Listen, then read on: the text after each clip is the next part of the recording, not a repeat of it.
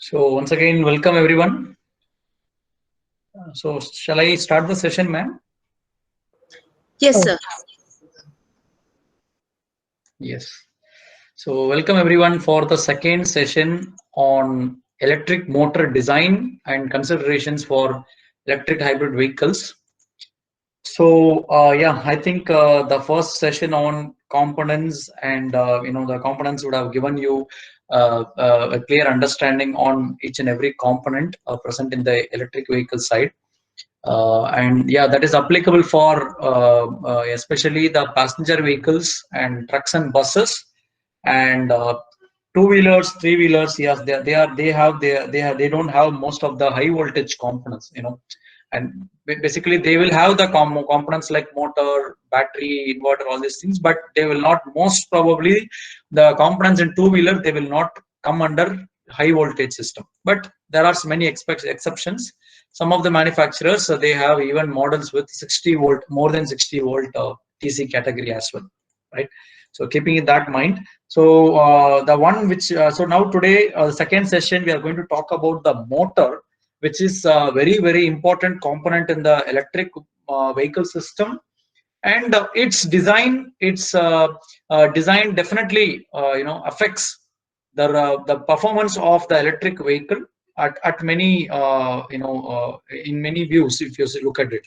So let me just go to the presentation.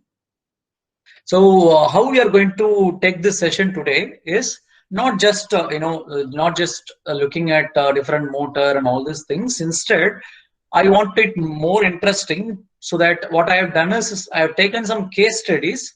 Not only here, all the other sessions that we will be looking at will be all are related with case studies. And today here in this session, we will be taking some case studies of how an induction motor or how a PMSM, permanent magnet synchronous motor, has been designed or applied in an electric hybrid vehicle environment. And even I will be taking a case study on sensor usage as well, utilization of sensor and their role in a electric vehicle motor environment especially, right? Let's jump into the session. So let's understand what is an e-drive system and what is its architecture and what is it basically the design requirement before starting a design of a e-drive. So this is a typical this is an example of an e-drive system for an electric hybrid. Basically it's an electric vehicle, pure electric architecture, what we are seeing here, right? So what is there inside this e-drive system? So basically an e-drive system, it includes the motor and the inverter and the transmission, everything combined, it makes a system called e-drive system. And inside the motor we have the stator, we have the rotor, and we have the housing which is going to carry this whole component. And very close to the motor, is what sitting is the inverter, which is basically a DC to AC converter, which converts that DC to AC and then provides that input power to the motor, the electric motor, at a required rate of current and required rate of voltage. So that is the requirement. And in addition to that, we have the transmission system, the gear transmission system. It might be a single reduction transmission, dual reduction transmission, or it might be a multiple gear transmission as well, depending upon the requirement. But today the market is in such a way that most of the electric vehicles in the market have single reduction transmission gears mostly, right? So they don't have multiple gears, so that the efficiency would be lost. So electric vehicles are way more efficient. They are having minimum efficiency of 85-87% because of lesser number of components usage, moving components. And now if you look at this whole e-drive system, right? E-drive system, what are all the moving components? Can you participants list it out? How many moving parts are there in this picture?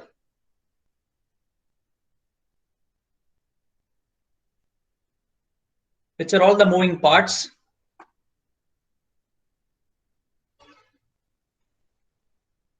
Yes, the rotor is one of the moving part. Very good. So the whole motor, inside the whole motor, this rotor is the moving part. The rotor has its bearing. So you can see this side we have a one bearing, and the other side we will have one bearing. So totally two bearings will be there for this rotor shaft. So because without bearing, this shaft cannot rotate freely. So it is very important component, mechanical component. And this bearing will be extremely large, extremely different in design because these electric drive motors, which is a traction motor basically, right? So these traction motors are functioning in a very dynamic way, and depending upon the vehicle performance, these motors, these shaft present on the rotor will experience a lot of dynamics and a lot of forces at multiple directions. So definitely bearing is a very important component. It not only balances the shaft, right, it also withstands the load which is exerted from the shaft, on the shaft. The load is also absorbed by the bearing, and it basically maintains the balance, the overall balance in this shaft. So bearing is a very important component, and for this bearing, it will be exerting the forces to the housing. You can see this housing, this bearing plate on the housing. So the bearing plate will carry the forces from the bearing, and then the bearing plate will transfer that to the housing level. So the forces will be distributed from one point to other point. So overall, there is a lot of transfer of forces happening between the from the rotor shaft to bearing, and bearing to bearing plate. So all these things are coming into the e-drive system, right? So everything is coming under the e-drive system, and we have the inverter. We'll be talking about the inverter tomorrow, inverter design and all these things. But remember, kindly please, imagine this picture, in your mind, so that whenever someone says e-drive system, this picture should come in front of you. This example is coming from Audi e-tron. It is an electric vehicle which is very successful in the market now. So when we look at the motors for the electric and hybrid vehicle application, these 5 motors are currently in application already. So one is the BLDC motors, one is the permanent magnet synchronous motors, other one is the induction motor, and other one is the synchronous reluctance motor and switched reluctance motor. These 5 are majorly applied in the electric vehicle, and in that, specifically speaking, permanent magnet synchronous motors and induction motors are widely used. In most of the passenger cars in the market, you will see more than 90% of the market is right now with PMSM motors only. Most of the passenger cars. And if you see some of the passenger cars like Tesla, some of the Tesla Model S and all these vehicles, they use induction motor as their primary motor power source, that is power propulsion source.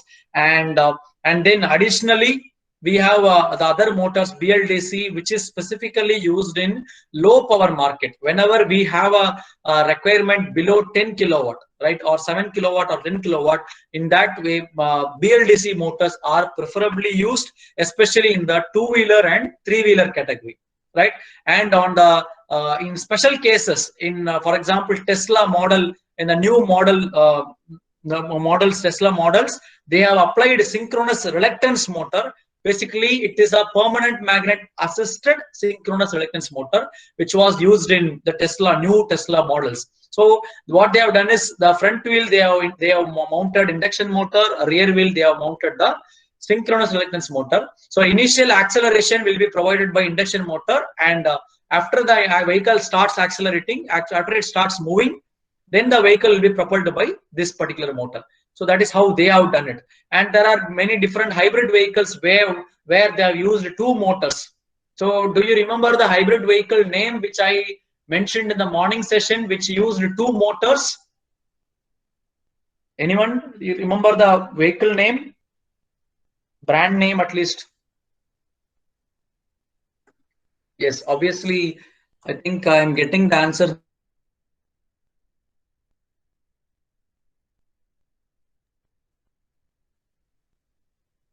What is the vehicle name, the hybrid vehicle name which I mentioned, which uses, I am always like this, I keep on asking questions. Prius. Is it irritating?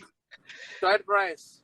Yeah, thank you for your answer. Toyota Prius. Toyota Prius, very good. So Toyota Prius hybrid. So they use two motors, but both of them are actually PMSM motors. That is, both are PMSM motors of different size. But in Honda, there is other vehicle. In General Motors, they developed a vehicle called Chevrolet Volt. We'll be talking about that vehicle today. So that vehicle has two motors. One is PMSM and one is induction motor.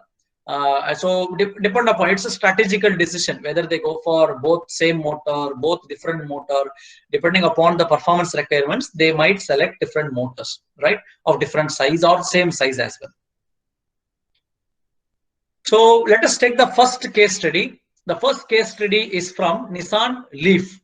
So here we will be understanding how Nissan Leaf designed their electric motor, their PMSM electric motor, to apply for this particular electric vehicle. It is a pure battery electric vehicle, which is run by PMSM motor. Okay, let us understand the modifications, the optimizations they have done for their permanent magnet synchronous motor. And here I am assuming that you already know, the participants already know what is meant by PMSM motor, because as madam told, it is a faculty level session. I will not be discussing about basics of PMSM and all these things, which you will be already aware about, right? So the Nissan Leaf, they are using a PMSM drive motor for their electric vehicle, and let us discuss about that, what they have done. So if you look at the Nissan Leaf, the evolution of the Nissan Leaf from 2011, it is a very pretty much now we are in 2021. It's almost 10 years they have a history for this vehicle. So for the 2011, first time they launched this vehicle in the market. So you can understand that if they are launching by 2011, then the R&D for the motor component, everything would have been happening from 2007 itself, right? So the history is very long. They have a very long development and developmental story. So it is very interesting as well. So I am taking a short note of that story in front of you people. So if you look at the 2011 motor, 2011 Nissan Leaf, the 2011 Nissan Leaf used a 80 kilowatt motor, and the torque of the motor is 280 Newton meter. I think some of the participants were asking me the rating, voltage rating, power rating, and all these things. So kindly look at it here. I will be showing you many ratings here, which is not generally available in the websites, right? So kindly please I will carefully look at it so that it will be useful for you for your projects as well in future to size any component for an application.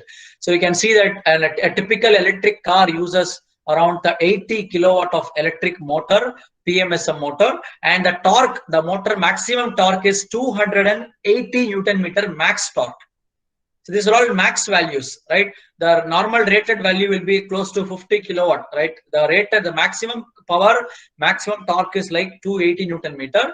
And they have a reduction gear ratio. They have a transmission gear attached with this electric motor, and the reduction gear ratio for the 2011 motor is 7.938 compared to the 2013, the motor, the 2013 model, it is 8.194. And you can clearly see that the acceleration in the 2011 model was 11.9 seconds for 0 to 60 miles per hour. That means 0 to 100 km per hour. And for 2013 model, it was close to 11.5 seconds for 0 to 100 km per hour. And end of the day, you can see the driving range improvement from 2011 to 2013. It was 105 miles to 122 miles, right? And you can see that from 2013 to 2018, there has been a drastic improvement in the performance of the motor. You can see that the motor's maximum power increased from 80 kilowatt to 110 kilowatt, and from 254 Newton meter to 320 Newton meter. That is the change in the power and torque. And you can see the RPM, the maximum speed of the motor was improved from 10,390 RPM to 10,500 RPM. At the same time, what is very notable here? Can any participant tell me what is very interesting here in this two data? Any participant? What is very notable thing here compared to these two motors of 2018 and 2013? Weight decreased. Weight, the mass, it has not decreased. You can see, right? That means here we can see 30 kg decrease from 11 to 13, but from 13 to 18, they have not decreased the weight of the motor, or even the volume has not decreased. But what has changed? It is the power. It is the power and the torque which has drastically changed from the previous generation to the new generation. And what it means, power but with the same weight and same volume. So weight power. Yes. So we call it as power density improvement. We call it as, in technical terms in industry, we call it as power density improvement. So this particular new motor, they have attained a very high power density and a high torque density, because with the same volume. Yeah, some participants, you can please mute your mic. Once you have completed your answering, you can mute your mic so that we will not have any background disturbance. Yes, thank you very much. So we can very clearly see that 2013 model, 2018 model, there is a lot of improvement on the power density and torque density, and not only the power and torque density, even the RPM, the speed of the motor has also been increased. So all these things are basically the improvement which is basically targeted for a design engineer of a motor. So if you are going to work as a design engineer for an electric vehicle motor project, basically our targets will be like this. Our targets will be to achieve maximum power with the same weight, with the same volume, right? With the same weight of 54.1 kilogram, this motor has achieved higher torque, higher power. Almost 70 Newton meter torque is increased, and almost 30 kilowatt of power. It's a huge difference with the same mass and same volume. This is definitely very notable, and you can see that even 2011 to 13, there has been a weight reduction happened. Minus 30 kilogram weight reduction happened, and that weight reduction is contributed by many components. This weight reduction is not at motor level; it is at the drive level. It is at the whole drive level. So most of the contribution of the weight reduction is from motor, and some contribution is from the inverter components. Some are from the reduction gear components. Some are from the distribution module, the PDM and harness, other electronic components, right? So all these components will contribute for the weight reduction basically in a electric vehicle development. And you can see this in this picture, this graphical representation. You can see the vehicle speed. You can see the vehicle speed and the driving force. So the vehicle, according to the vehicle speed, the driving force requirement will be different. And you can see the driving force. That means the driving force requirement will be very high when the vehicle speed is low. 0 to 20, 40, 60, 80. In this kind of speed, the low speed running condition, the force requirements will be very high. And you can see that according to the road load, the plot has been shown here, right? So whenever we start a vehicle development project, motor development project, we need to understand what is the vehicle requirement, right? So if we are going to develop an electric motor for a hatchback car, then we have to understand what is the vehicle demand. The vehicle expects 150 km per hour top speed. The vehicle expects 0 to 100 km acceleration in 10 seconds. So likewise, we need to understand the vehicle level requirements and convert that vehicle level requirements into component level requirement. So as a motor level requirement. And from motor level requirement, we need to convert that into sub-component level requirement like stator level requirement, rotor level requirement, housing level requirement, bearing requirement. Right? So vehicle level requirement to motor level requirement, and from motor level requirement to component and sub-component level requirements. So this is how the engineering design proceeds, right? So when you look at the Nissan Leaf, they have modified many aspects in the stator, rotor and the stator and each and every component. Let us understand one by one. So one of the major thing, when you look at the cross section, the cut section of the electric motor, you can see this is the stator part, right? And you can see the air gap. This is the air gap, and you can see this is the rotor component. This is the rotor component. Is it clear for all the participants? We are making a cut section on this motor, and when you look at the cut section, this is the stator and this is the rotor core. And you can see that this is the stator part and this is the rotor part. And basically these are the various geometrical features which can be optimized for a motor design.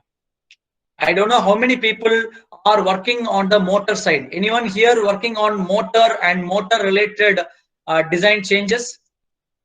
Anyone in this group of 70+ audience?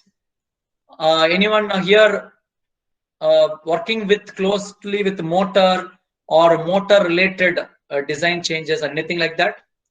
If so, you can mention it here so that I can engage you people wherever I work in motor related projects.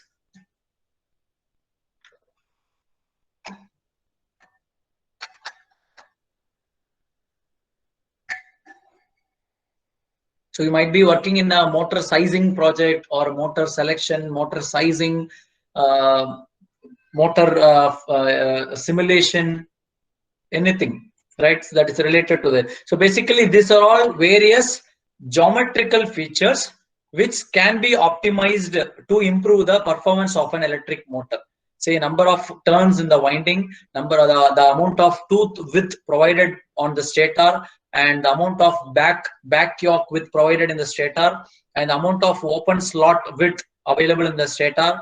And on the rotor side, you can see the flux barrier. So how much the area is the flux barrier provided? What is the shape of the flux barrier? Number of magnets we are going to use? What is the shape of the magnet we are going to use? What is the grade of the steel that we are going to use here? And the magnetic width, thickness, what is the magnet width we are providing? The magnet arrangement, rotor diameter, all these geometrical features will lead to improvement of the improvement of the electric motor design. So any electric motor design engineer for electric vehicle application, he will be definitely working on this particular area. He or she need to focus on these geometrical features to improve the motor further and further. So if the motor has achieved certain performance, certain power and torque using certain tooth width, the next time the new motor that we are developing will be, they will be making modifications in the tooth width. They will see that what is the improvement we are able to get if with a modified tooth width, with a different tooth width, and if with a different back yoke width, what is the performance, whether there is a degradation in the performance or there is a improvement in the performance. And if I say a flux barrier, if I keep a flux barrier here, how it is going to improve my performance, or whether it is going to have a degradation in the performance, right? So all these things we can understand as a manufacturer, as a design engineer, we can understand all these modifications, improvements using the simulations, FEA simulations and other simulations present in the electric vehicle motor domain.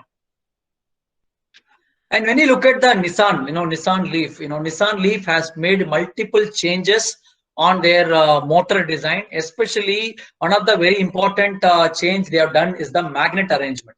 So Nissan Leaf, what they have done is they have modified the magnet arrangement of their electric vehicle. So they have tried different magnetic arrangements like radial magnet placement, V-type magnet placement, U-type magnet placement. Many different magnet placements were utilized. And you can see delta type magnet placement, what we call here. So what they did is, before selecting the specific magnet placement, what they study is they study the effect. They call it as the effect diagram. They create a data where they study the effect of changes in this magnet arrangement for the amount of torque they are delivering. And they have finally, as per their study, they have understood that the V-type magnet placement, this one, the one which is sitting here, the V-type magnet placement is producing a maximum torque. So when the target is maximum torque, then the first preference will go for V-type magnet placement, and then delta type magnet placement, which is almost similar. Similar magnetic torque capability is there compared to the I-type magnet placement. right? So this is how the companies look at. So the companies study various magnetic arrangements, and they do run simulation like with using the FEM softwares like ANSYS, like there is some softwares called Abacus, softwares like ANSYS. These softwares will help you to do what do you say, simulations using the finite element models, and you can run the simulation. We can understand how these various magnet arrangements can affect the maximum torque. And basically, what is the maximum torque dependent on? The maximum torque is dependent on the flux density, right? So here, by using various magnet arrangements, they will come to know how much amount of flux density is improved on the motor. So if the flux density is improved, obviously the maximum torque capability will be improved on the motor. Similarly, they will also repeat the same simulation for 3 different magnet arrangement, and they will see what is the maximum power that they can arrive. And you can see contradictory. You can see that delta type magnet arrangement and I type magnet arrangement are performing better for motor powers on the maximum motor power, but the V type magnet is not performing better on the maximum power. So what they will do, they will reach a trade-off where they are having the targeted motor torque and targeted maximum power. If both are available, they will select a particular shape of magnet. And in this case, you can see in the Nissan Leaf 2018, the new Nissan Leaf, they have used combined the delta type. They have used the delta type of motor design, magnet arrangement, right? You can see here very clearly. And why is the benefit? What is and when they select select a particular magnetic arrangement, they also study the bridge width versus stress, because everyone know electric motor, it is going to operate at huge RPM. And anyone remember what was the RPM approximately mentioned in the specification previously? Just to check if you have followed my slide. Do you remember the RPM? Very good. So yes, I'm getting 10,500 plus RPM. Very good. So that is the RPM which the motor is running. And I think Mr. Abel George is asking a question: can we do this simulation with MATLAB? No. MATLAB is basically a mathematics-based, matrix-based software environment, and we cannot perform dedicated simulations, FEM simulations using MATLAB Simulink. But instead, we can use the softwares like ANSYS and or Abacus, and many other softwares are there in the market today. Siemens related softwares are also there. So you can use those softwares for FEM simulation. MATLAB, basically, we can do model-based simulation using MATLAB. We'll be talking about the model-based simulation in the last day, right? So when we look at the bridge width, the bridge width versus stress, when we make modifications on the bridge, the bridge design of the rotor, right? Because as you told, more than 10,000 RPM, can you tell me which force will act on the motor? If the component is rotating at such a huge RPM, right? What will be the force which is acting there?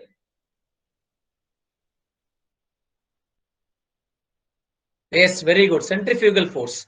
So it is the centrifugal force. You can see that there is a huge 104860 amount of Newton amount of centrifugal force acting at this point. Can you imagine such a huge force acting on the rotor?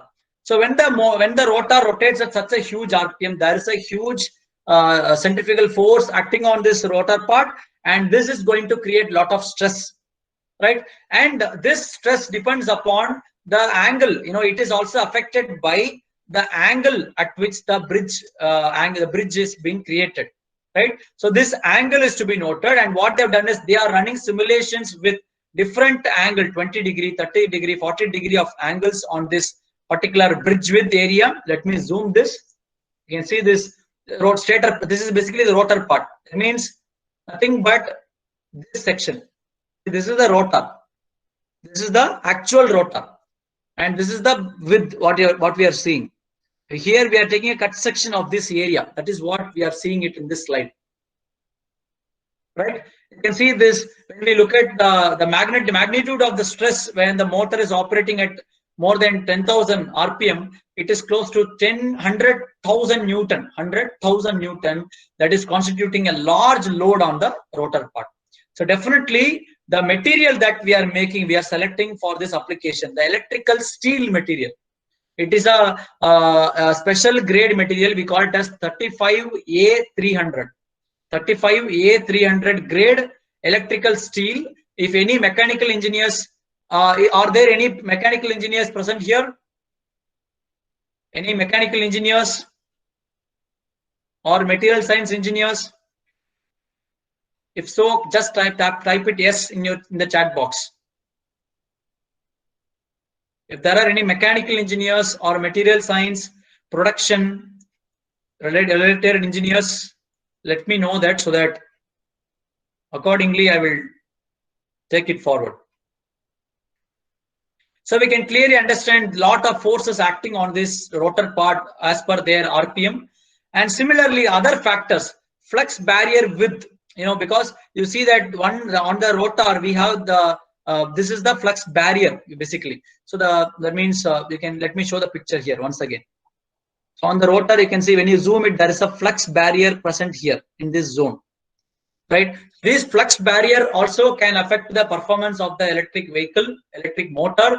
So we can what they do is they modify the flux barrier width. So in this you can clearly see this in this design they had a 1.5 mm of flux barrier width, and here they have a 3.5 mm of flux barrier width.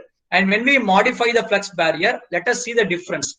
You can see that when we modify the flux barrier from 1 mm to 4 mm, we can clearly see that in Nissan Leaf, they have clearly showcased that the iron losses are drastically reducing.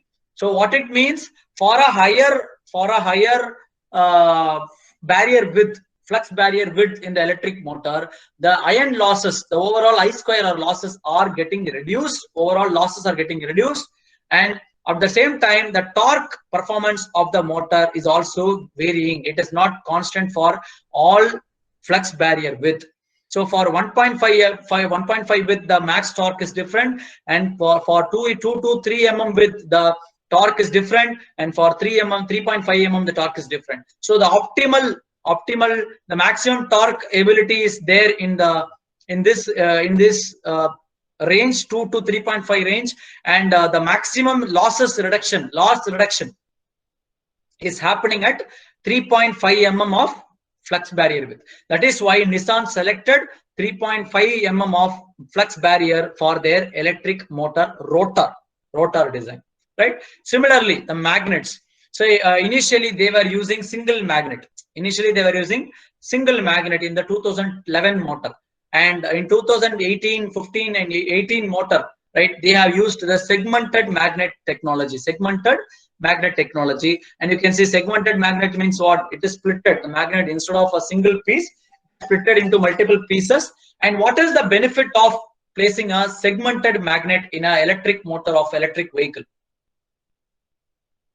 What is the benefit? So end of the day, the overall magnet losses are drastically reduced. So when we split the magnet into multiple segments, what happens is we are able to, the Nissan Leaf has shown that they were able to achieve a more cross-sectional area for the magnetic field to rotate. So the electric motor will be able to provide a more effective cross-sectional area for the for the electromagnetic system could rotate. So that is why they are able to avoid losses drastically. You can see that there is from 100% loss to nearly 40% loss reduction is happening for number of magnet segments, right? And obviously number of magnet segment, it depends upon the manufacturability, right? We can't split it up like 100 magnet segments. That is not possible very easily, because manufacturing a magnet and segmenting it is not a very easy thing, right? It depends upon the manufacturing process. So the manufacturing team and design team, they have to correlate with each other.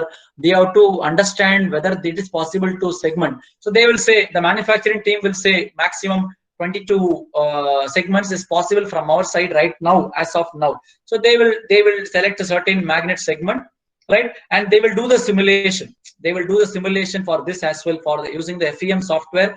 Definitely these simulations are today applied by electrical professors, mechanical professors as well, right? So both can apply this and finally come to a conclusion what is the best magnet segment count.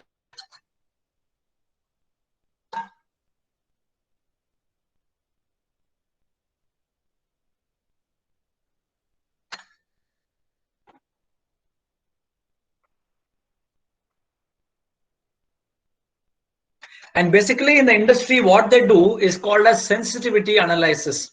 It is a very important skill set required for an engineer working in an industry. Sensitivity analysis. So here what they do, they study the sensitivity of the electric motor losses on, with respect to the magnet segments. Sensitivity of the barrier width with respect to the iron losses. So they study the sensitivity of each and every component, the teeth width, sensitivity of the back yoke width, each and every geometrical dimension is of the rotor, of the stator and the motor is studied, and they are understanding how the torque performance will improve or degrade with a change in these kind of dimensions, right?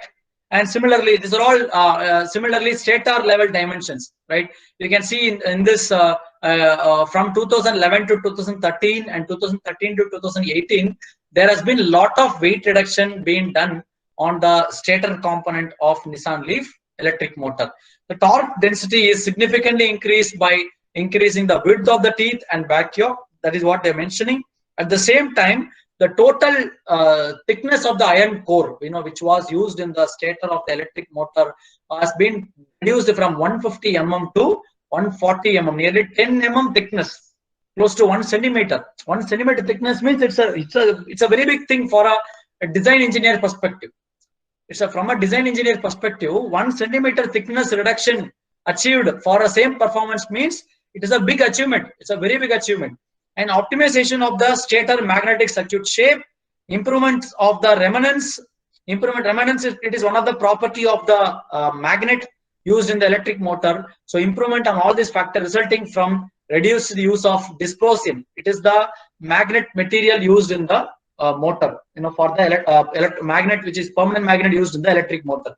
All these things, all these modifications has led Nissan Leaf to reduce up to 4 kg on the motor weight, total motor weight, 4 kg from the motor weight. That is possible because of reduction at each and every geometry level, right? At the same time, Nissan has also tried to reduce the rare earth elements. They have drastically reduced the usage of rare earth elements in the permanent magnet. So, basically the reduction of these elements have improved the temperature performance, lower the magnet temperature, reduce an additional amount of rare earth elements in the magnetic material, and reduce the magnetic mass used in the motor. That is the overall agenda of Nissan Leaf design team.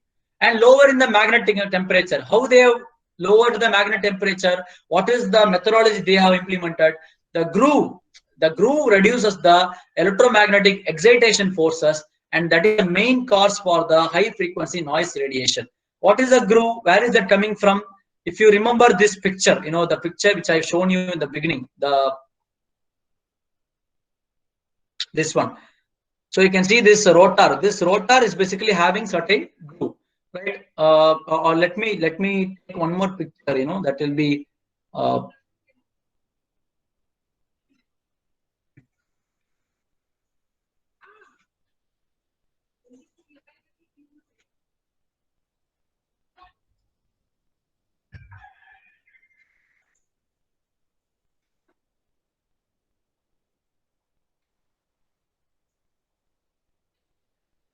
So can you participants look at this picture? See, this is the groove which I am talking about. See, this is the stator, and the stator has a groove here. Similarly, the rotor also has a groove.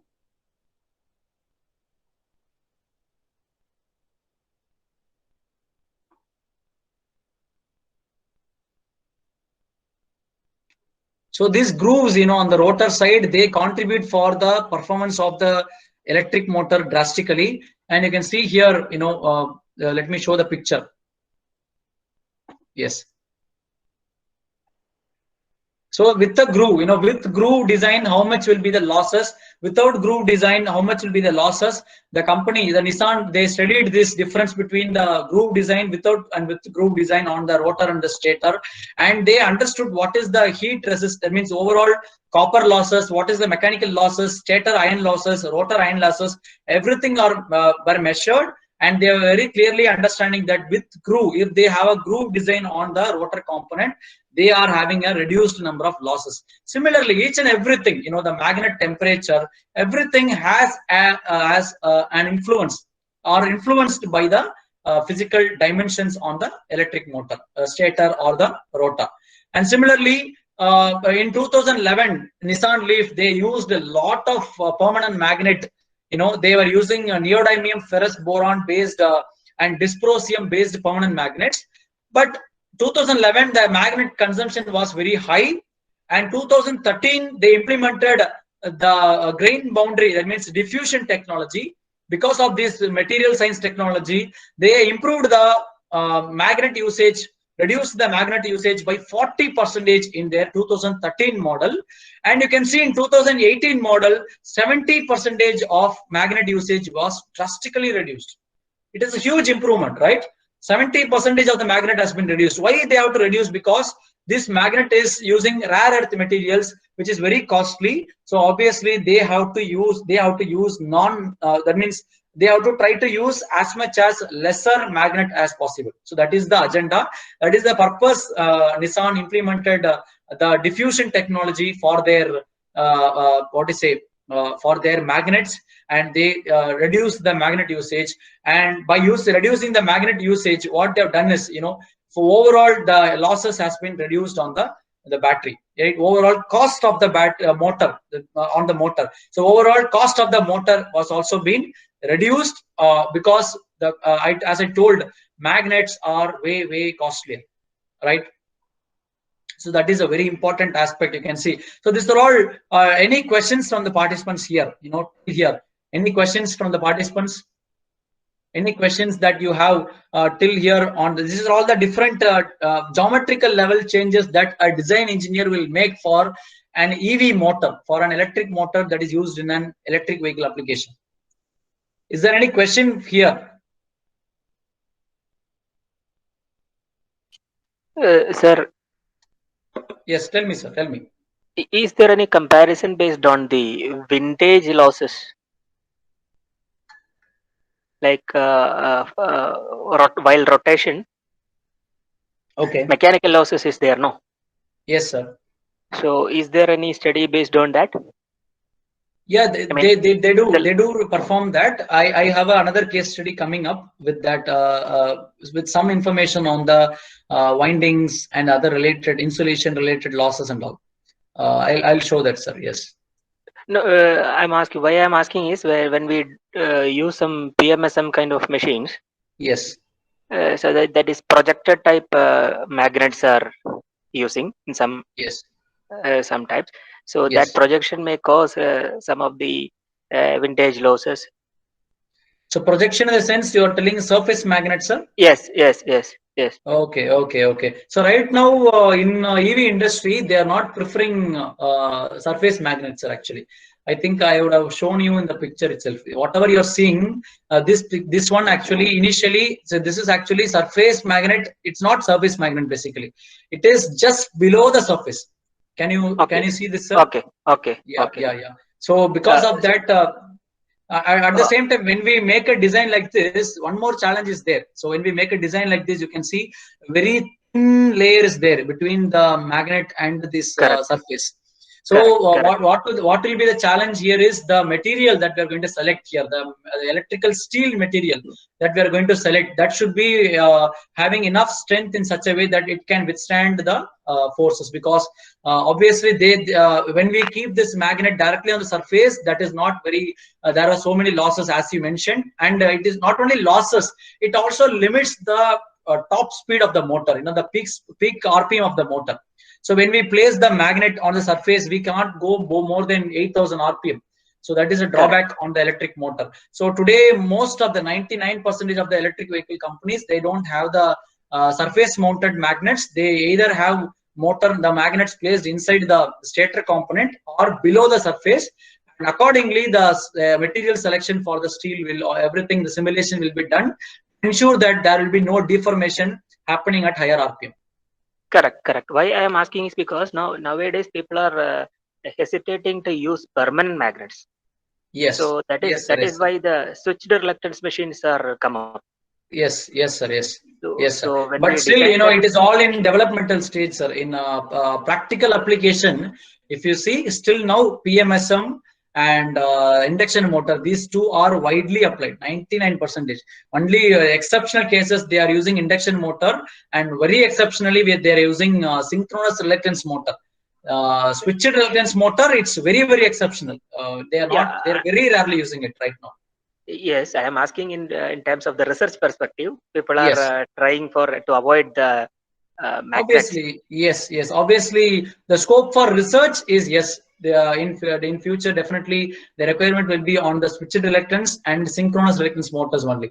Yes, on the research perspective, yes, sir. There comes the problem of this kind of windage issue. That is why I am asking. That windage loss, there will be some projected kind of faults in these kind of machines. So that's why. Yes, sir. That's what I told. The grooves what we create, or the holes that we create, everything is to reach the optimum, and that can be understood from the FEM simulations very clearly. That what sort of design of the groove, what sort of profile, especially the profile of the rotor or the profile of the stator, each and every modification, geometrical change has its effect on the performance, as you said. Yes. So yes, so that has to be studied. So this example I taken from Nissan. So since the time availability is very, it's all less, we'll be combining many information. So so here one more information on the Nissan Leaf is on the NVH optimization.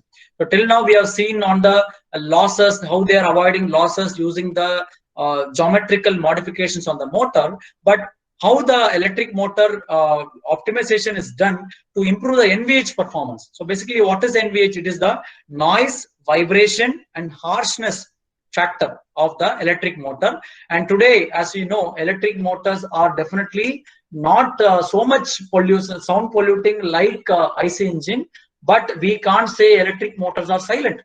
Electric motors also create a good amount of noise, which can be very disturbing if it is not properly controlled, right? So in electric motor design, NVH is a very important factor to be considered, right? Today there is a very separate team working on every company to improve the noise, to improve the vibration and the frequencies of the electric motor. And even Nissan Leaf also did the same.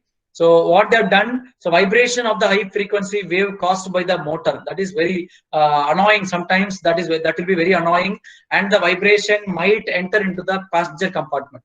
So the passenger might feel the vibration if the motor is running at certain high frequency zones, right? Similarly, the countermeasure. So basically, when we have such kind of problem, the design engineer who is working in the NVH department, he has to make a countermeasure. What is the countermeasure they can make?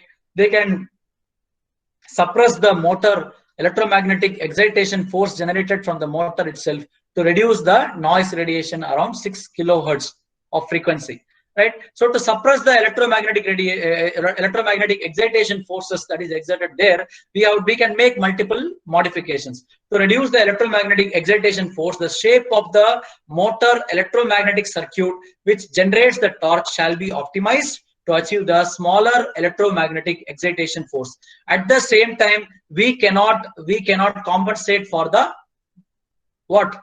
electric motor torque. If we are going to reduce the electromagnetic excitation forces, that might affect the torque performance. So we should not say I will reduce the torque and I will improve the noise vibration. No, that is not acceptable.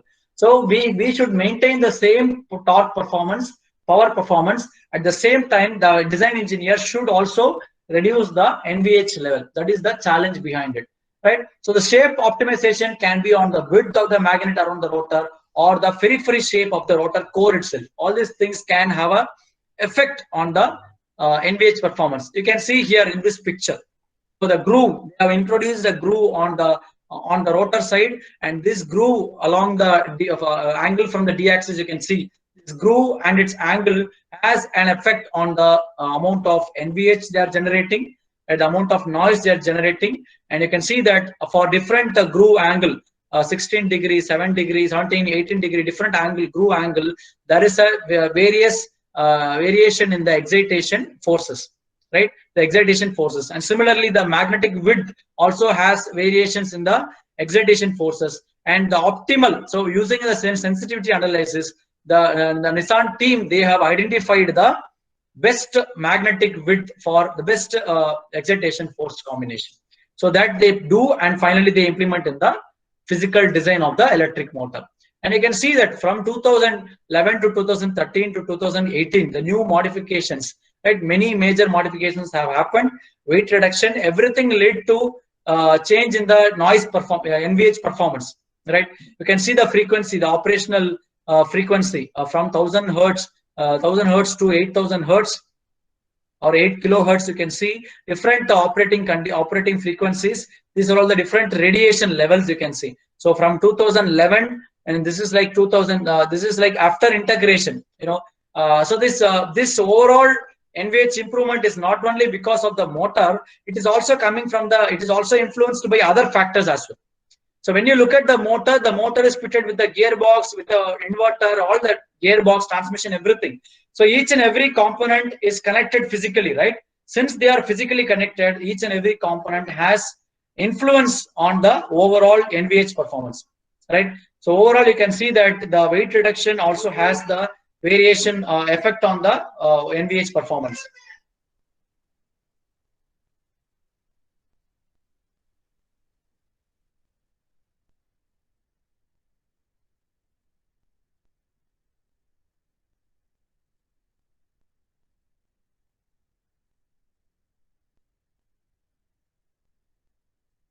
Sorry that there was a small disturbance, sorry. So yeah, so that's about the NVH side, the weight reduction and all different ways lead to NVH improvement. And basically you can see, with motor, only motor alone has a separate NVH performance, right? The noise radiation. And if the motor is connected with a gearbox, with a single reduction gear or dual reduction gear, then automatically the noise vibration performance will be different. Right. So the design engineer who is working on the motor team, he obviously need to understand what is the effect of NVH with transmission, without transmission. Right. So you can see this example, the integration exerted when the Nissan Leaf, they integrated this whole electric motor with the transmission. They have got a bad influence on the powertrain noise radiation at different frequencies. The effect will not be like the problem will not happen at all frequencies. That is also we need to understand. So the noise vibration problem will happen at selected frequencies only, and we need to identify that selected frequency, and we need to modify, we need to make measures to solve this issue. Otherwise, this is very, very annoying, participants. This is very annoying. Even I have seen many examples in my past. Till now, it's my 6th year now in my engineering. So I'm 6th year. I'm practicing my engineering, and I am seeing that there is a lot of, the last 2 years I've seen that many different effects are there happening on the noise vibration performance at particular frequencies. Right. So you can see, for example, in this case of Nissan Leaf, 1.7 kilohertz problem. They had a specific problem at 1.7 kilohertz, 1700 kilohertz. At that point of time, the noise radiation was only caused when the motor was combined with a reducer, which means motor itself did not generate noise radiation. So at this frequency, when the motor is connected with engaged with the gearbox, the issue was there. right? And the solution what they have carried out is a rotor which has two sections was combined with reducer, and it vibrated sympathetically with reducer natural frequency of 1.7 kilohertz. And how that? Let me show that picture. When you look at the stator design, which is here, the stator core design, how we are connecting the stator core, right? One stator to another stator, how we are connecting that. That is also a factor which affects the NVH performance, right? So we need to be very careful when the manufacturer has to be very careful when they are actually making the stator design or the rotor design, and they have to make sure that it is not creating any unintentional, it is not creating any disturbing noise at certain frequencies. So definitely the NVH team should take care of it. And overall effects on the motor torque and acceleration performance, right? So when we have a 2011 to 2013 to 18, you can see that the 2013 model, the acceleration were different. See the acceleration profile in 2013 and 2018. The overall acceleration has been huge. It is drastically improved from the 2013 model. So when there is a huge acceleration improvement done on the motor side, obviously it will bring more NVH related challenges as well, right? So the engineer who is going to work in that particular team is responsible to he has to make sure. You can see the 2013 Nissan Leaf 254 Newton meter to 320 Newton meter. The peak torque characteristic has been improved, right? At the same time, efficiency. You can see that 2013 motor compared to 2013, 2018 Newton meter, 18 motor has achieved a higher efficiency zone, higher torque and wide efficiency zone compared to the 2013 Nissan Leaf, and everything is like improvement on the motor side. And overall efficiency improvement was 1.2% improvement compared to the previous generation, right? So this is all the physical actual motor, how it will look like. This is the actual rotor, how it will look like. This is the actual stator, and this is the actual winding, how it will look like in the previous model. So you can see that the different specific. This is the housing.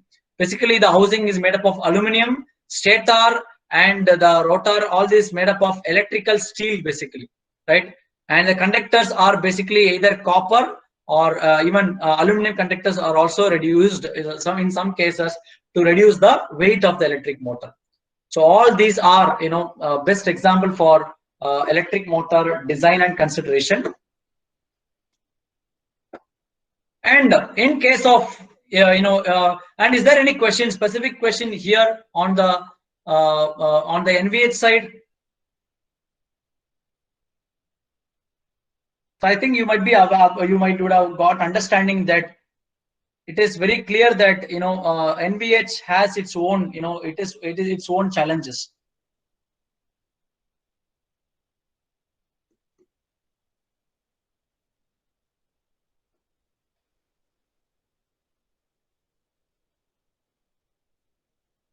And in join with this case study, till now the case study what you have seen here, how Nissan approached this electric motor, it is from a pure electric vehicle perspective, right? But if we have something called a hybrid vehicle, and if we are developing a motor for a hybrid vehicle, then the considerations definitely will change, will be quite different, and this is how the differences will be there in this case, right? So if it is a hybrid vehicle, say for example, Cadillac, it is one of the automobile company which manufactures automobile, and they have developed a hybrid vehicle called Hybrid CT6. It is a full hybrid vehicle, plug-in hybrid vehicle. They can even charge it from the external environment. Even it can get charged automatically from the IC engine as well. So it is like CT6 is the vehicle name. And in this vehicle, what is the difference in this hybrid vehicle is this hybrid vehicle uses two electric motor. One is induction motor and other one is PMSM motor, and this is how exactly the motor will look like.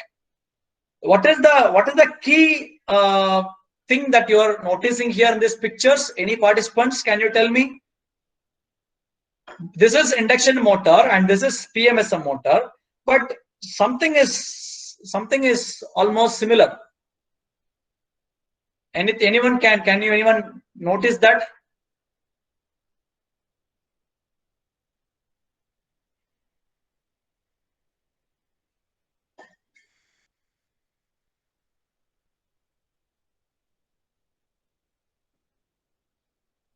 Check the chat box. Anyone answer this question? Very good. Winding stator. Very good, sir. Very good. Yes, that's right. It's the stator. It's the stator. So I don't know how many people are aware about this. In electric vehicle today, the present 2021, the electric vehicle technology, motor technology, same stator can be used for two different motor technologies. That is the difference, right? The stator which is used in the PMSM motor can the same be used in the induction motor also with a minimal modifications in their design, right? Which is very important, which is very interesting, and which is very useful for the from a design engineer perspective or from a manufacturer perspective, correct? So because they don't need to create, if I need to have other motor, the new motor, I don't need to create completely new design. I can use the old existing design and I can make multiple modifications and make a new design, right? So that is very important, and that is what we call it as design flexibility. What we call it as design flexibility. So when we have a technology in the electric vehicle domain, we need to see whether it is flexible enough for future as well. So you can see this induction motor and PMSM motor. These two motors were used in this particular hybrid vehicle, right? And you can see the stator. This is the stator. Bar wound wire. That is the type of winding methodology they have implemented in this stator design. Bar winding technology. It is not the conventional winding technology. Conventionally, we use something called standard winding technology, but here this is a bar winding technology which is implemented in the recent electric vehicles in the market. So this is the induction motor. You can see the rotor. This is the squirrel cage rotor implemented in this particular application, and you can see the aluminum bars which are used there, but the laminated core is actually steel core. It is a rotor. This is the rotor, the squirrel cage rotor, and this is the stator of the electric motor. And similarly, this is the stator of this PMSM motor, and this is the rotor. You can see the permanent magnet shape. The permanent magnets placed in this. This is the double V type permanent magnet shape in the in this particular motor model. This is how they have designed it, and you can see the usage profile. This is the induction motor usage profile and PMSM usage profile. Both these motors are not always operating at all the point of time, right? Depending upon the duration, depending upon the condition of the vehicle, whether the vehicle is accelerating from 0 to 30 km/h, or the vehicle is traveling from 30 to 60, or if the vehicle is traveling from 60 to 90, depending upon the vehicle speed, torque requirement, the usage profile of the motor will differ a lot, right? Not both these motors will not operate at all the point of time. You can see that at various RPM, the operating points of these motors are different. Comparatively, it is different from one motor to other motor, and especially induction motor. Induction motor, it has a overall higher RPM characteristic. It can run at very high RPM, high speeds, because it is not having any permanent magnet inside this motor. There is no permanent magnet. Because of no absence of permanent magnet, the motor can withstand high temperature, and this motor, induction motors, can survive at higher RPMs as well. That is why it is preferably selected, operated in that particular operating region, which is very importantly to be noted down. Even the connection, the winding delta connection. Delta connection is implemented in the induction motor, and star type connection is implemented in the PMSM motor. That is also different. The overall, this has in the case of this particular vehicle, Cadillac hybrid vehicle, using a delta connection for an induction motor has improved the overall high speed performance of the system and overall current carrying capability of the motor. So all these improvements have been possible with this new delta type connection for this application. And moreover, optimization of the slot liner, poles, winding, all these levels of optimization are being done on this hybrid vehicle motor. You can see that higher number of poles will require less back iron, therefore reducing the overall size of the machine. However, with a penalty on magnetizing current and efficiency. So number of poles, end of the day, number of poles and optimal number of poles usage. In this case of hybrid vehicle of Cadillac, they have used 8 poles finally as the optimum pole selection. and lower number of slots is designable from a cost, fill factor, and manufacturing point of view. So number of slots are avoided, too much number of slots are avoided, and to meet the peak torque and power requirement, the most optimal number of slots are selected and was selected as through a series of analysis. They perform the FEA analysis here, and they finalize the best combination of slot. Right, totally 72 slots were applied in this case, and delta winding configuration is selected because it allows for a lower number of effective turns end of the day within the stator manufacturing constraint. So it is not, so always we should not look at it on the performance perspective only. We should also look at, from the manufacturing feasibility. So if we make any delta connection, or if we are going to go for bar winding technology, bar winding is basically a very, very, very complex manufacturing methodology, right? But it is giving many advantages. So we need to, the design engineer should interact, he should interact with the manufacturing team, he should interact with the team, and he should check, he should verify that whether this kind of technology is manufacturable, it's flexible or not. If it is manufacturable, how much time will it take to manufacture? All these questions, answers should be there for the design engineer, right? That is very important. And the rotor design changes. So once we make the design changes, in this case, Cadillac, what they did is, after designing the rotor and stator, they studied the overall performance, the vibration performance as well, and they modified the number of bars, the number of bars they used on the rotor, the squirrel cage rotor. So they initially tried for 54 bar, 68 bar, 90 bar combination, 91 bar combination, and you can see that the torque performance is very high. It's increasing linearly. It is actually increasing proportionally with the number of bars. So finally, they have selected the 90-91 bar combination as the for their rotor. And finally, at the same time, the same bar also has effect on the torque ripple, right? So they studied the motor on the torque ripple performance with different bar, 54 bar, 68 bar, 90 bar, and you can see that where they have a very less torque ripple is actually with the 91 bar combination. So with the 91 bar combination, they have a better torque ripple performance. The worst case is actually with the like you can see this torque ripple of 90, 68, 90. So selected number of bars have a different NVH performance. So in this case, Cadillac performed this study, torque ripple study, and they understood the optimal NVH, optimal physical, optimal number of bars for the slot. This is for the induction motor. This is especially for the induction motor. And not only that, once they perform the FEM simulation, they will come to know what is the harmonic content, right? So with changes, as we seen earlier, this is applicable for the induction motor also. Top width design, bottom width design, height design, slot width design, everything is same as a permanent magnet synchronous motor. Even with the induction motor, it has its own effect, and it will create different types of radial force density. So you can see the Cadillac, they studied the radial force density for different bar combination, different bars of the induction rotor, right? And finally, this is the induction motor, and this is the PMSM motor. Both the motors cannot work at same time. That means both the motors are not suitable for certain operating condition. Can you people look at these two pictures and identify the key difference that you see in this two efficiency slot of Cadillac electric motor? The left one is induction motor, right one is the PMSM motor. Can you people identify the same, or put it in the chat box, the key difference that you see? Look at it very carefully. The efficiency map of these two motors.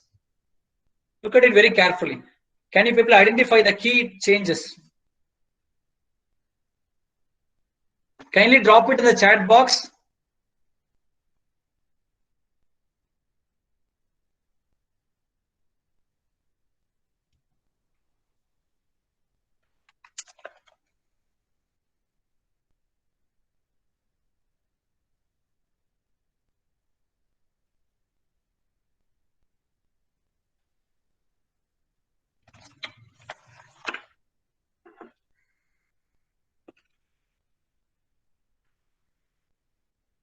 So any answers are there in the chat box?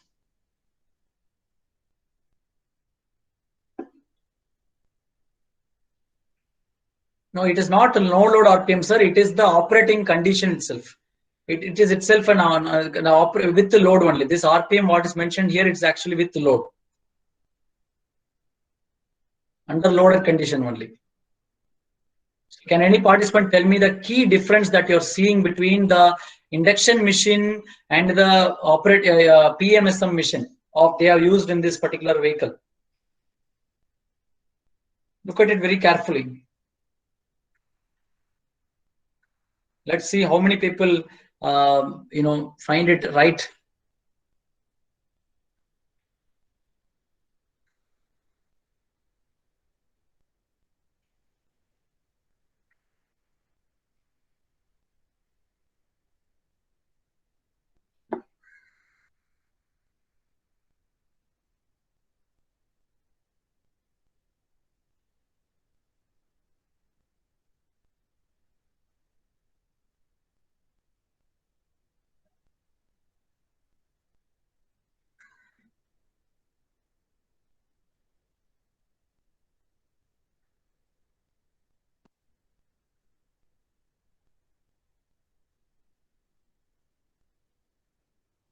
Participants, kindly please put your answers.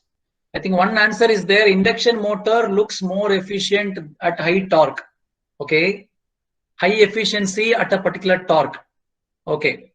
So from your view as a research scholar or a faculty member or a research scholar, from your view, it looks like that. Isn't it?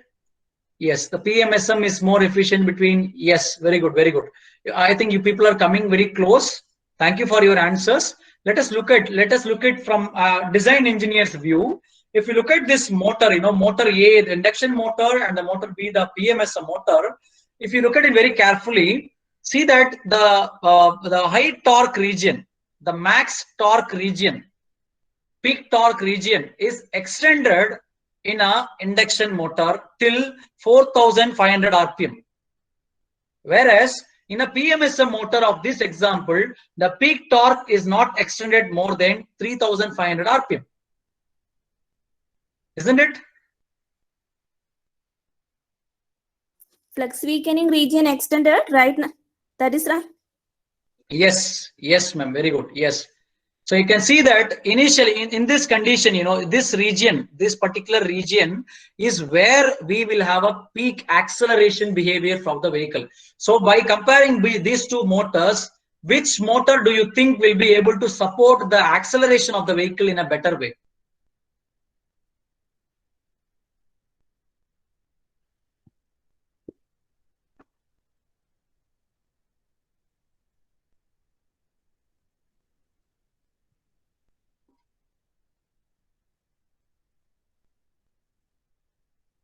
So obviously you can see, since the peak torque condition is elongated in the induction motor, right, it is going to definitely give a more torque acceleration behavior compared to the PMSM motor. That is very important thing, right, notable thing. And moreover, you can see that the and also the overall the plot in the overall operating condition, right, you can see the induction motor, it is able to closely work till 10,000 RPM in this particular application. In this motor from Cadillac vehicle, they are able to run the motor up to 10,000 RPM, whereas this PMSM motor cannot run more than 9,000 RPM. So there is a limitation on the maximum operating speed of the motor comparing between induction motor and the PMSM motor. That is one more thing. And second thing, the operating efficiency. When you look at the operating efficiency of the induction motor, we can see that it is having a very extended high efficiency region, right? Here, compared to a PMSM motor, you can see 96% efficiency in this zone, and 95% in this zone, 94% in this zone, 93% in this zone. So overall, today 19. I told in the beginning of the presentation today that 90% of the electric vehicle companies are selecting PMSM motor for their application, because the overall efficiency is very high in the PMSM machines. But part load efficiency, when we look at the part load efficiency is very superior in the induction machines especially in the part loading conditions. So definitely that is why in some cases, that is why companies like Tesla till now they are focusing on improving the induction motor only further and further. But today they cannot completely meet all the acceleration and torque requirements with induction motor. Overall efficiency cannot be improved. So recently you can see that Tesla also implemented the permanent magnet assisted synchronous reluctance motor. So in the new Tesla Model 3, they implemented the synchronous reluctance motor, which is permanent magnet assisted one, which is developed by Tesla itself, Tesla Motors itself. So that is a new modifications, the development they have done. And what they have done in that vehicle is like front wheel will be induction motor, rear wheel will be the synchronous reluctance motor. So the vehicle acceleration will be starting by induction motor, and once the vehicle starts accelerating, it will be powered by the reluctance motor. So the combination will happen, right? The overall operating range and the overall efficiency sweet point. So basically, in electric motor design, we call it a sweet spot, right? So the sweet spots are very large in the electric motor, but it is like very typical RPM, from 4,000 to 6,000 RPM. 4,000 to 5,000 RPM, only the 96% efficiency plot is there. But when you look at the induction motor, the highest efficiency 91% here, what they have indicated, that is extended from nearly close to 6,000 to 10,000 RPM, right? So that is a different thing. That is a different factor that you have to. So what will happen when we have a wide sweet spot zone? What is the benefit for the design engineer? The design engineer will have a wide flexibility in selecting the operating speed of the motor, right? So when we have a wide wide efficiency sweet spot range, then obviously the electric motor design engineer will have a good amount of freedom to select the operating point according to his or her performance requirement. Is it clear for everyone? So that is also a key difference, key comparison compared to a induction machine and a PMSM machine. And this is what we need to understand from the efficiency plot perspective.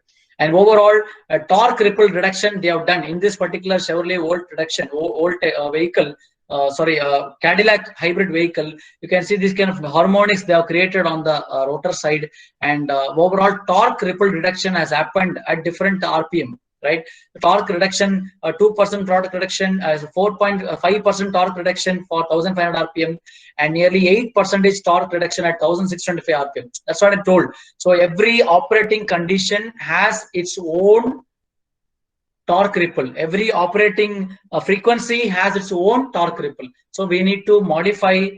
Basically, the frequency is nothing but it replicates. It relates to the RPM only. Right, so we need to understand how the torque ripple problems can be solved using the multiple methods like profiling, all these things, and reducing the overall NVH level as well. Even this hybrid vehicle also, Cadillac has done the torque ripple reduction overall, and overall the maximum vehicle tractive efforts have been improved.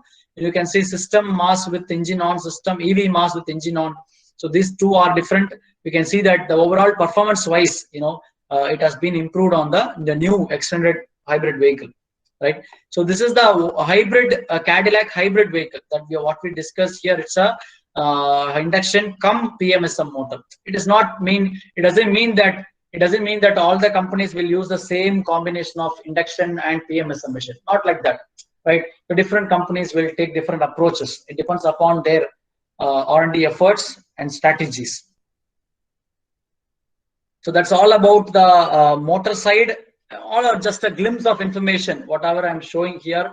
So maybe in future, if we have detailed discussions on motor or detailed discussion on each and every topic, definitely we will be able to provide that. So is there any questions till now? Is there any questions till now here? Anywhere in this Nissan Leaf and the Cadillac vehicle, the US model, their motor design approach? Is there any questions? Is there any questions?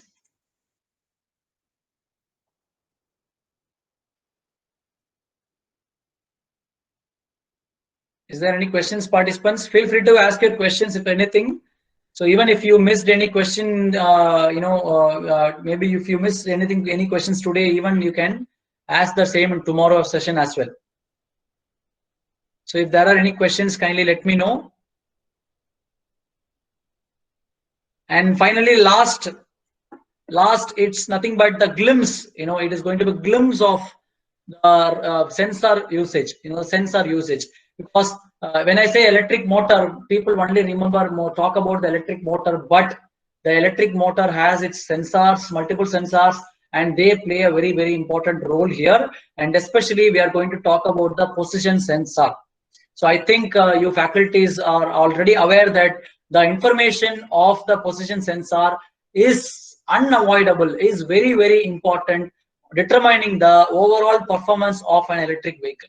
Right. So when we are going for an electric vehicle motor project, obviously sensor plays a very important role. Obviously, on the research perspective, sensorless drives are going on, but practically speaking, today sensor drives are there used in all electric vehicles in the market.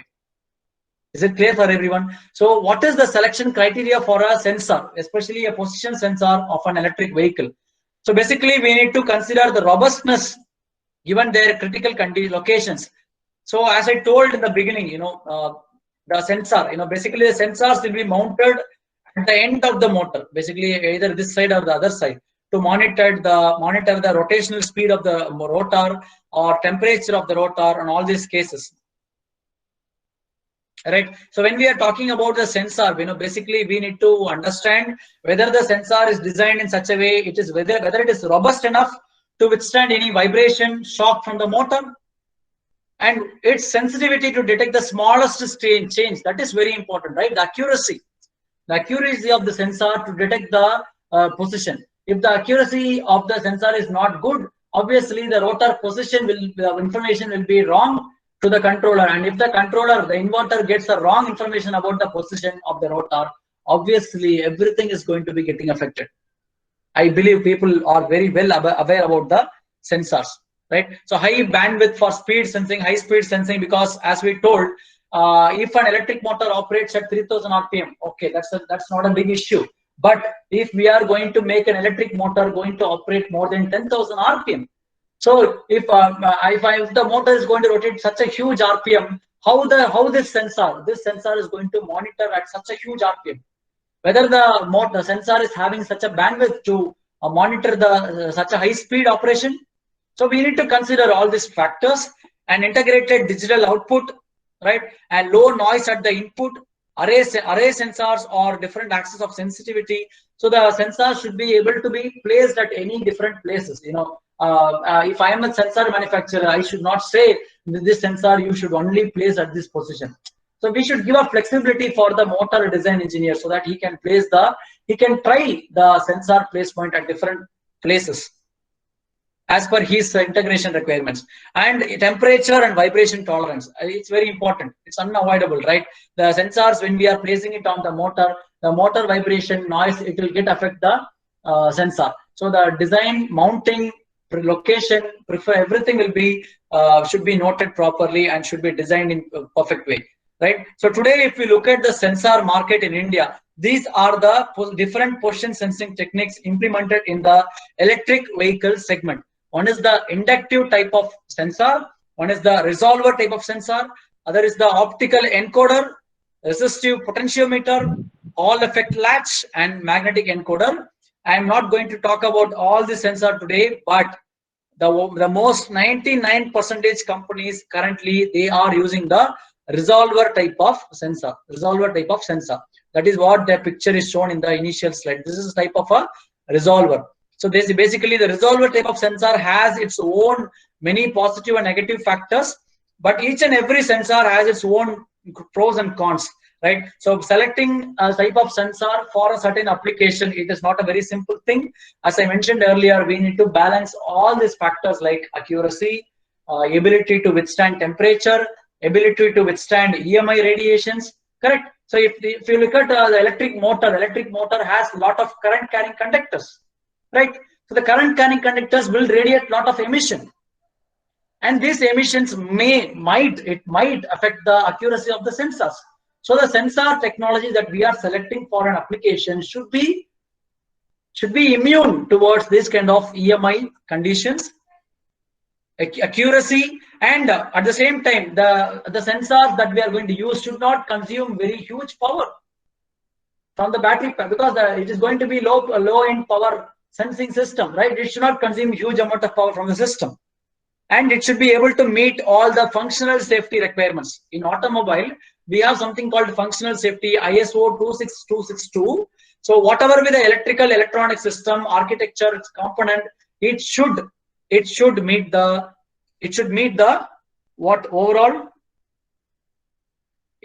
overall functional safety requirement. So that is very important. So we can see that that is also considered in the application. So for example, Nissan Leaf, if you look at Nissan Leaf uses a resolver. You can see the resolver. Let me zoom this picture. This is the housing of the motor. This is the rotor, and this is the rear motor cover. And when they assemble it, this is the bearing. And on the close to the bearing only, they have placed the resolver. Look at this. So this resolver will be rotating with the. It will be monitoring the rotation of the shaft. By which it will measure the. You can see this on the shaft. There will be a pressed part will be there, rotor pressed part, and that will be rotating inside this resolver component. And there will be terminals, output terminals will be there as signals. It will be created and it will be provided to the output. Let me take an example. See, the rotor rotates the motor, and the angle is detected by means of an electrical signal from this system, generated by due to the change in the reactance of the rotating rotor and the fixed stator, and so overall the speed is controlled by sending an electrical signal to the motor, right? Let me zoom this. How the sensor, one of the main challenge in the sensor design, for the electric motor is this coil area. This, because of this vibration, right? The vibration from the motor and the whole transmission, because the sensors are mounted very close to the stator and rotor, right? And those vibrations can lead to damage of this cable. Very, very minute wiring will be provided there, and there will be a welding. There will be a melted design will be created there. So you can, let me zoom this. See, this is how it will look like in the actual transmission. This is how the sensor will be placed on the actual transmission. Is it visible for everyone? Yes, sir. So, and here where the communication cable will come here, and so we need to make sure, as a design engineer on the electric traction drive system, we need to make sure there is no physical disturbance provided to the sensor, so that the sensor provides you as much as accurate information as possible, right? So that's the agenda of showing this here. So sensor placement is also challenging, right? If in some cases the sensor can be placed on the rotor itself. Some cases it will be placed outside, but sometimes sensor plus its electronics combinedly it will be placed. Some cases only sensor will be provided, and so the electronics related to that will be placed somewhere else, right? If in case it is not, there are chances that this will get affected by EMI or EMC. So that all these things issues are there. So basically the encoder, the encoder which is connected with the sensor, the encoder, basically the resolver or encoder, basic two principles are there. So the electronic circuitry that processes the resolver signals is located close to the motor control circuitry, and the distance from the motor and resolver sensor for magnetic shielding and noise immunity, right? And the electronics used for the processing the encoder signals are placed next to the sensor itself in order to minimize the interconnection. So most of the time it is placed with the sensor itself. In some cases, maybe some companies may keep the electronics at different place.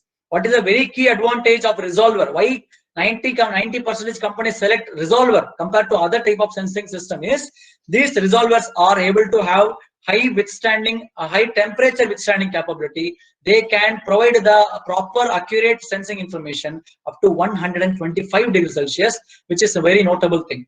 And when in some cases, the sensors will be located inside the housing. If this is an example. When you open the housing, inside the housing, the resolver will be placed. This is an example I have taken from Toyota Prius, where 2 motors are there. So two resolvers are placed, and all these 2 resolvers provide the information to the vehicle control unit or the traction drive control unit. See, this is how it will look like. The resolver. And this is the resolver used in Tesla. This is the resolver used in Tesla. It's the same similar resolver is also used in the most of the electric vehicles. This is the one used in the Tesla Model 3, and you can see, it is placed in the same way, on like similar other vehicles as well. And there are other sensing technologies, induction, position, all these things. But basically, whenever the scope of research in the electric motor sensing is basically to for the research scholars is to study the error signals, right? Study the error basically of the signals from the sensor with EMI radiation, or in presence of a conductor, a current carrying conductor nearby. So any research scholar present here, if you are interested in signal, basically to analyzing the signals of a sensor or any related components, basically there is a good amount of scope is there for you people to work here. You can what you can do is you can create, as a research scholar, you can create different conditions in the presence of a current carrying conductor nearby. For example, you can place the induction coil, right? You can place the induction coil near the sensor and study the signals coming from the sensor, and remove the induction coil from the sensor, remove the study signals from it. Look at what is the variation, what is the disturbance created there because of a presence of an induction coil, right? So all these are different types of, because today in the electric vehicle market, companies are trying to reduce this influence of the error signals coming from the sensor, improving the efficiency. And not only that, peak to peak mechanical angle error. As I told you here, these magnets, these resolvers are placed on the motor. This casing. Obviously, when the electric motor operates, this casing will vibrate, and when this casing vibrate, the sensor also might vibrate.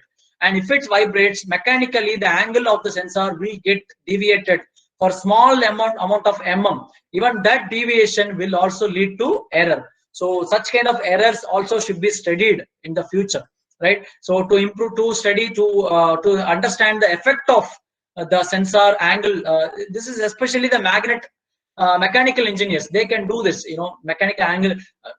Here nothing is mechanical or electrical, it is like any field of engineering professional, electrical, mechanical, can do this particular study, because it involves every each and every component. So you can use all this, you can even collaborate with other faculties from other departments also to do this kind of study, right? So this is an example.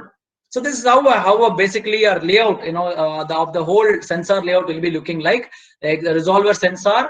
And you can see there will be analog to digital conversion will be happening. So analog to digital conversion, and then there will be a carrier cancellation to rectify the signal of the sensor, and finally the angle calculation will be taken care, and then the output will be measured. It will be provided to the main inverter controller. So here is how this is what the internal electronics part of the sensor, right? So here anywhere we can I would definitely recommend any faculties here, have you people created any sort of test rig like this? Anyone here, any faculty?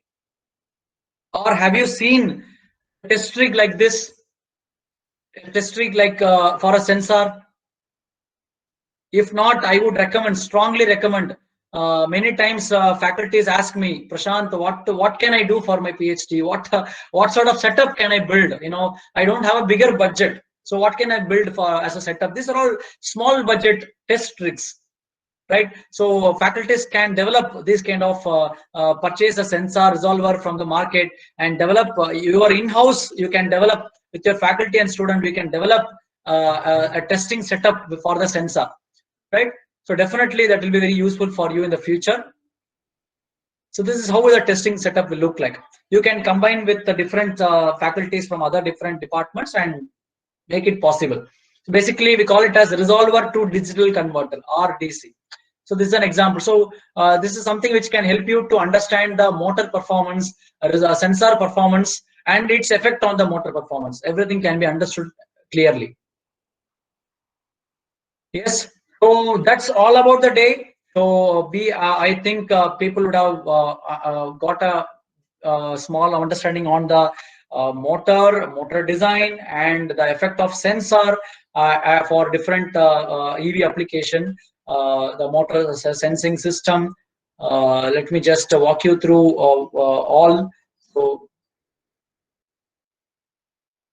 overall, finally speaking, overall electric motor, which is just part of the electric drive system, has its own challenges. And today the electric design engineers related working in this field, definitely working in many different ways to improve the overall system efficiency.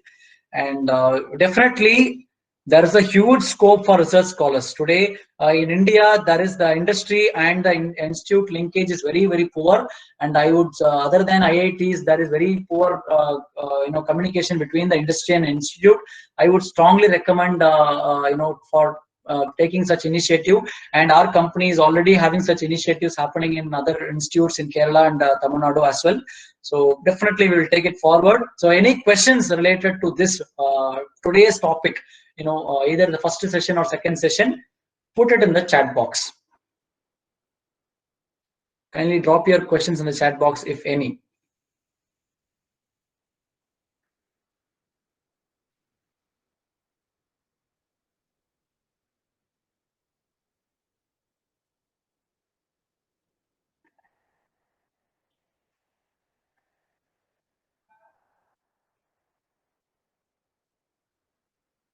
So over to you, ma'am, Prasita ma'am. If there are no more questions, maybe yes, you can. Okay, sir. No more queries, I think.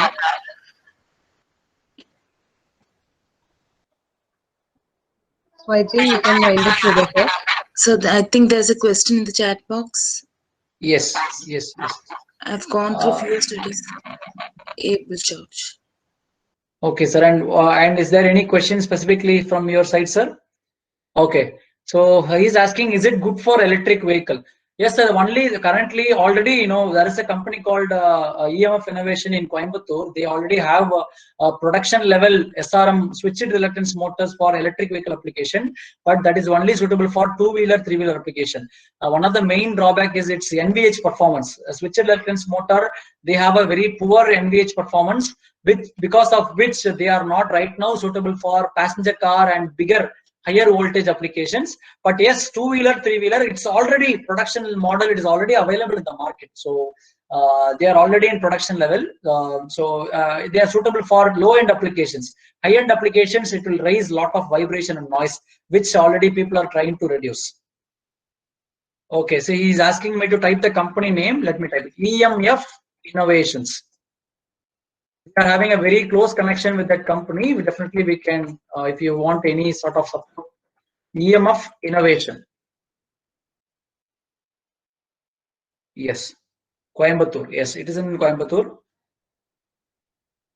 And I am right now actually located in Thrissur. So if anyone located in Thrissur, if you want to have some discussions, definitely I'll be happy to help you. I'm right now in Thrissur at my wife's location. So maybe for a week of time I'll be available here. And then our office is actually located in Coimbatore. So we can support you to whatever extent related to this field. And quad bike suitability, suitability for the EV application, right? If you talk about suitability for EV application, two-wheeler, three-wheeler, let me show the picture. Yeah, I thought since it is an advanced session, I don't want to cover all those things, but let me just show that slide alone so that it will give a broad.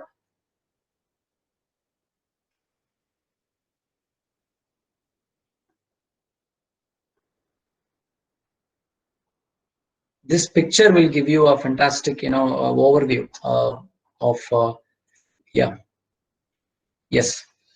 So today, if you see the Indian market, not only Indian, global market for two-wheeler application, right? Two-wheeler application, currently BLDC motor is widely preferred and widely used.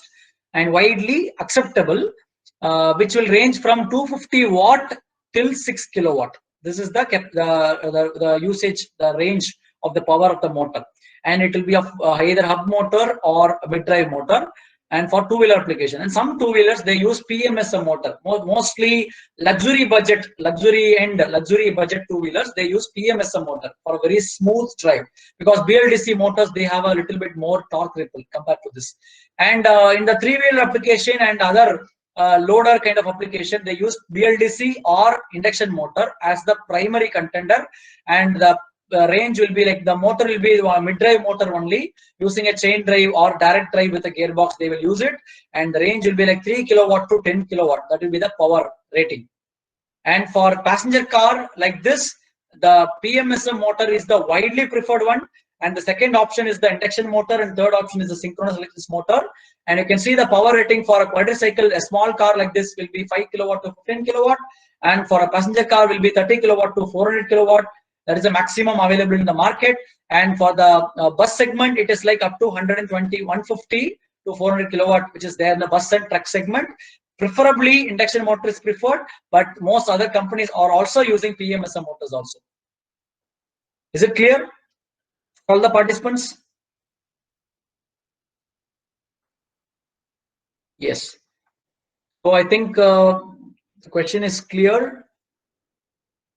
So there's again a question in the chat box. Available EV cars provide two-wheel drive or four-wheel drive. Okay, and definitely it is two-wheel drive only, obviously.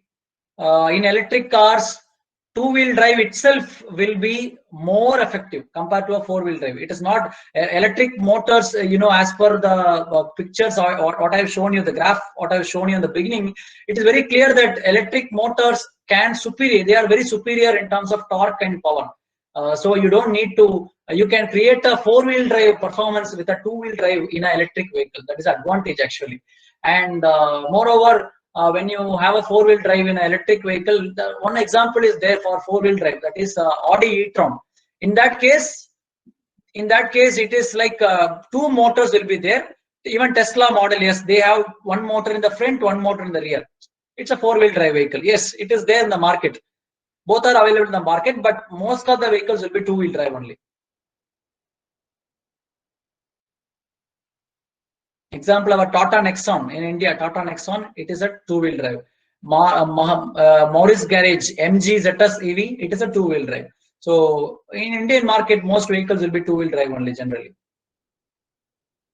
Yes. Yes, ma'am. Welcome. Any more questions? Okay, sir. Shall we wind up the session, sir? Yes, ma'am. So if any more questions, if it comes newly tomorrow, you can feel free to give that questions as well. Yes, ma'am. You can. Yes. So we have come to the end of today's session. Thank you, Prashant, sir. And thank you, participants. Tomorrow's session will be starting at 9:30 a.m. Hope to see you all tomorrow. Thank you. So as per the session, as per the schedule tomorrow, we will be talking about design of inverters and DC link systems for electric application. And another session will be talking about battery pack design, art of battery pack design, which will be focusing on the challenges in a battery pack design of electric vehicle. Right? Yeah. Thanks a lot for all the participants for your active participation. Thanks a lot.